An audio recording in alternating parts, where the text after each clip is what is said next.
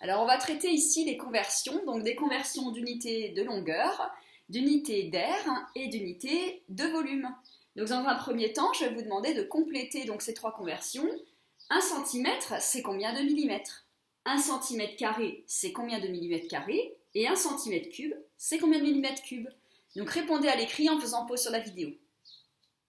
Alors pour la correction, on va faire un petit dessin à chaque fois. On va imaginer que 1 cm, on va le représenter comme ça.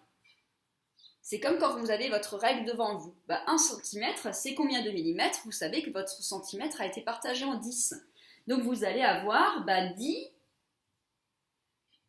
petites portions égales. Et donc on a ici 1 mm.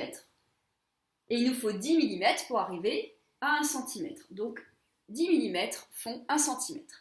Maintenant, quand il s'agit d'unités d'air, donc là on était en une dimension, là on arrive en deux dimensions, d'où le petit 2. On arrive en deux dimensions, donc ce sont des centimètres carrés. Donc pour pouvoir faire ça, on va dessiner un carré. Et ce carré, il aurait pour côté 1 cm. Ce centimètre, on doit le partager en millimètres. On avait dit qu'il y a donc 10 petits millimètres pour pouvoir traiter et obtenir 1 cm. De la même manière, ici, on aurait 1 cm et on va de nouveau pouvoir le partager pour pouvoir avoir à chaque fois. Et nous avons ici donc ce qu'on appelle être 1 cm². Donc 1 cm² se retrouve ici et ici 1 mm². C'est-à-dire un carré qui a pour côté 1 mm. Et ici, nous avons 1 cm². Donc, combien de millimètres carrés permettent de faire 1 cm²?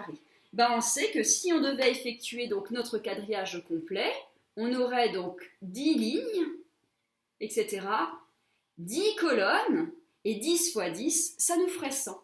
Donc, nous avons donc 100 mm², donc 100 petits carrés pour pouvoir constituer ce grand carré de 1 cm². Maintenant, on va effectuer la même chose cette fois-ci avec les centimètres cubes. Donc le petit 3 veut dire qu'on est en 3 dimensions, donc centimètres cubes. Pour pouvoir faire ça, je vais tout simplement compléter mon premier carré pour pouvoir faire apparaître 3 dimensions, donc un cube.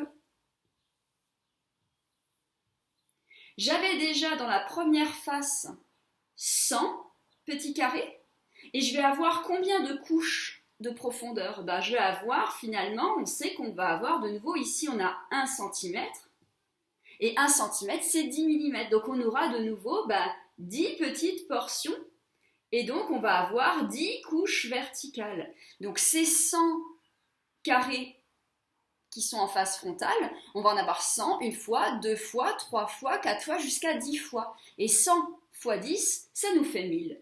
Ça veut dire qu'on aurait en fait 1000 petits cubes, comme ça, 1000 petits cubes de 1 mm de côté. Donc d'où les fameux tableaux de conversion, où on sait que quand on est en une dimension sur un fil, on a des colonnes à chaque fois, donc centimètres, millimètres, et à chaque fois, on passe en ayant à chaque fois donc un chiffre par colonne. Par contre, quand on va être en carré, donc dans les carrés en deux dimensions, on va avoir 2 chiffres par colonne. Pour les centimètres carrés et les millimètres carrés, on va devoir partager à chaque fois en 2. Et quand on est dans les cubes, il va falloir partager à chaque fois en 3 parce qu'on va faire des paquets de 1000 à chaque fois en 3. Donc d'où les conversions, voilà, pour la correction.